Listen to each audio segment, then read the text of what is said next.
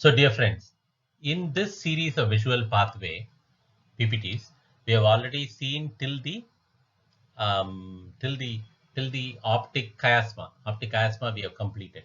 Now we also saw an overview of the structures like what is optic tract, what is optic radiation, what is visual cortex.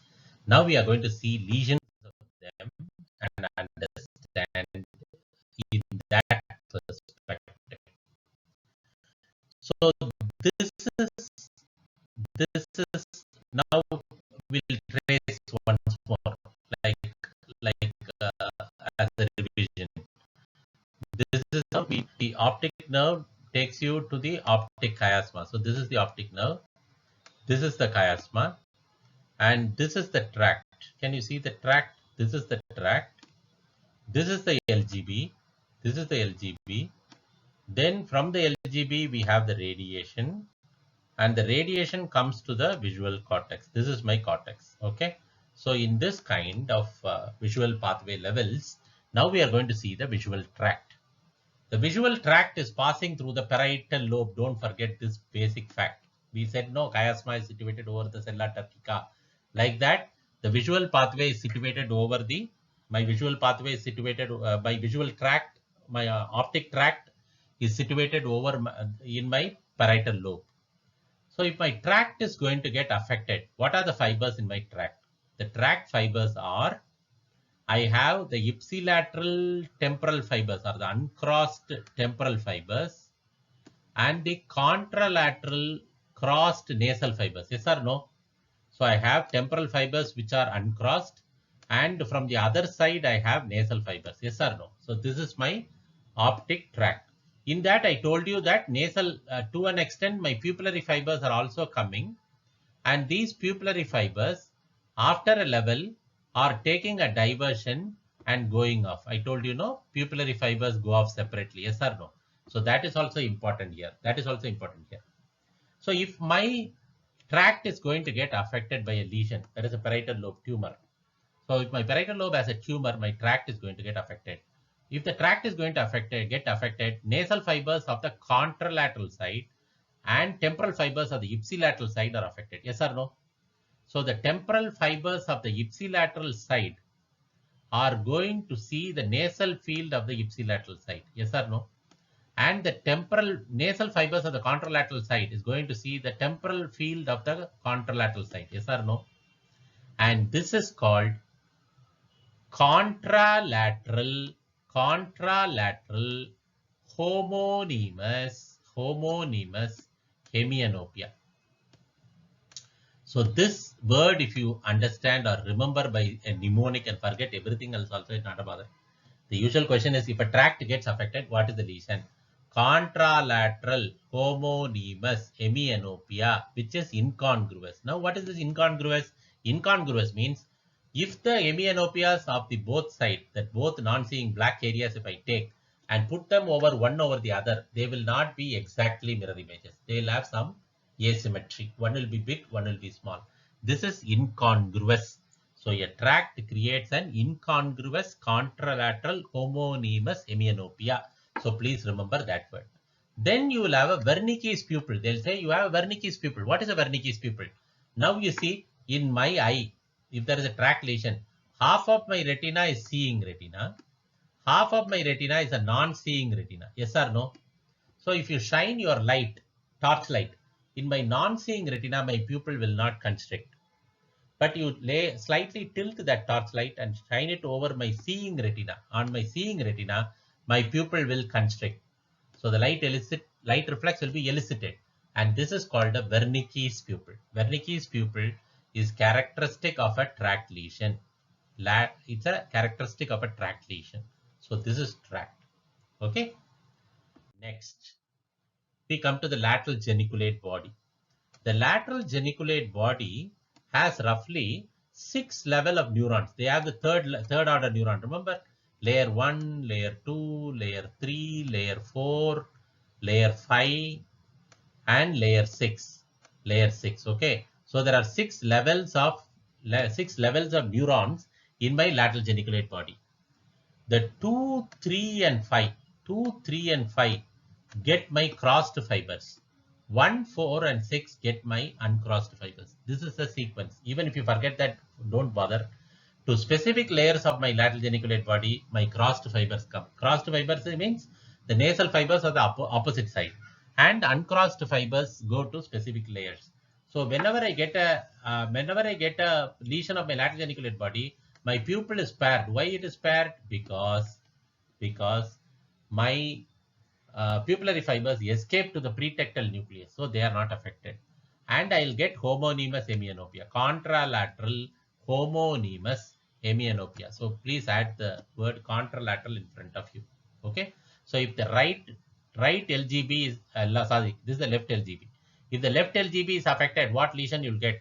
You will get right contralateral hemianopia, homonymous hemianopia. Okay. So when the radiation, my radiation is getting affected, it has two levels. No, one is my fibers which go through my parietal lobe, or these are my superior fibers. My inferior fibers go through my temporal lobe and they take a curve, and that curve is called the Mayer's loop. Yes or no? Mayer's loop. So when my parietal lobe fibers get affected, these are my upper fibers. So these are my superior fibers. They are my parietal lobe lesion. So they will produce a pie on the floor. They will produce a pie on the floor. Pie on the floor lesion. The pie on the floor lesion is this. Okay. This is the pie on the floor. Okay. Then we get next lesion.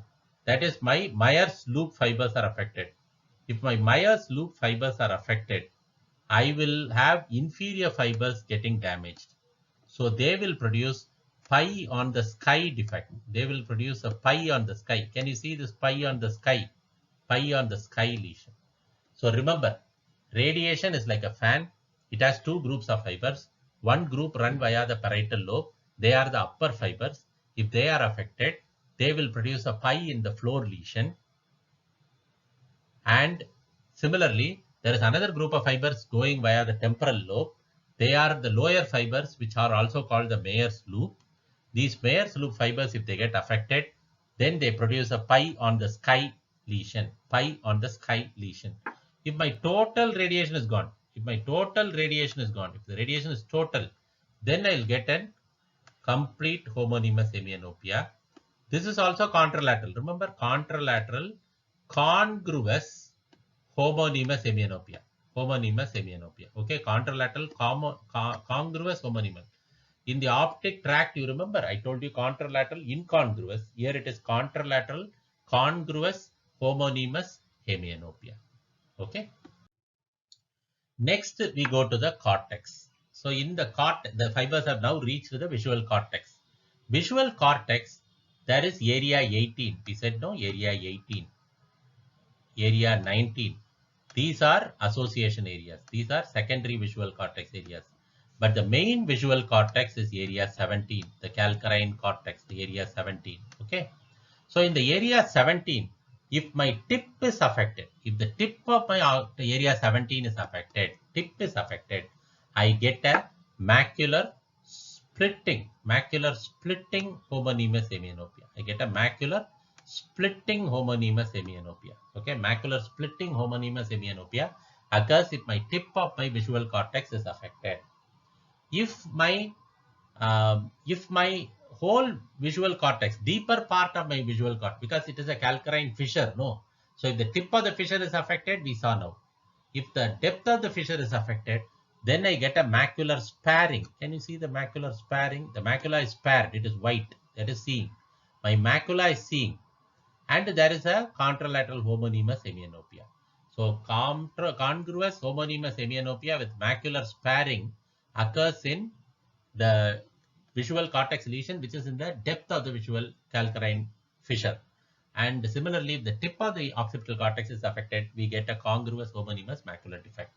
Will the pupillary reflex be affected? Pupillary reflex will never be affected. Will there be optic atrophy? No optic atrophy. There will be no optic atrophy. Patient will be very normal, Looking from the retina wise, fundus wise, patient will be very normal. You will be confused. So they'll ask you till what level the atrophy will be very much. The atrophy will be very much till the LGB, because LGB is that till the fiber synapse at the LGB. Because once they synapse, then LGB becomes the nucleus and the fibers go to the visual cortex. So the atrophy will not show in the visual fundus. In the optic fundus, you will not see the atrophy. So remember, till the lateral geniculate body, you will see atrophy in the disc if there is a lesion. But beyond that, the atrophy will not be seen.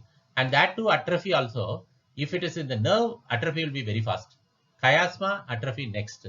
Tract, atrophy third.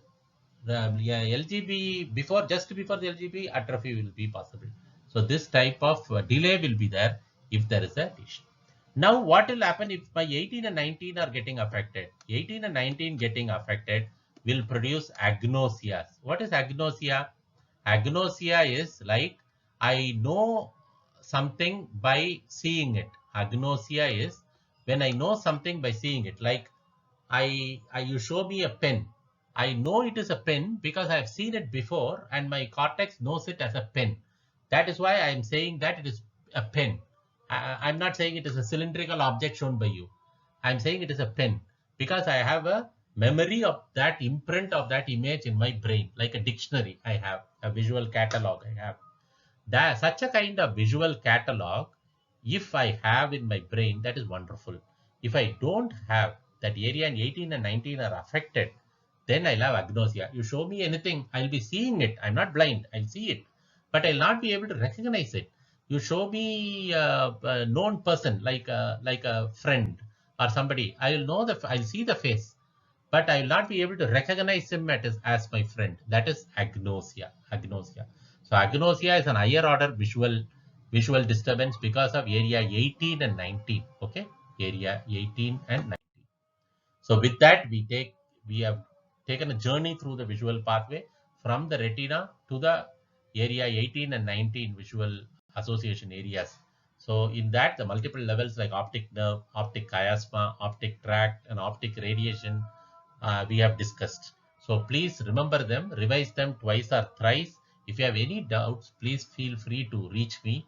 Then we will discuss it again and again. Or if you want to redo this PPT and discuss it in more elaborate detail, then I'll do it for you, so that at the end of the day, we all want you to be very thorough with the visual pathway so that you can answer wonderfully in the examination and bring laurels to all of us. Thank you.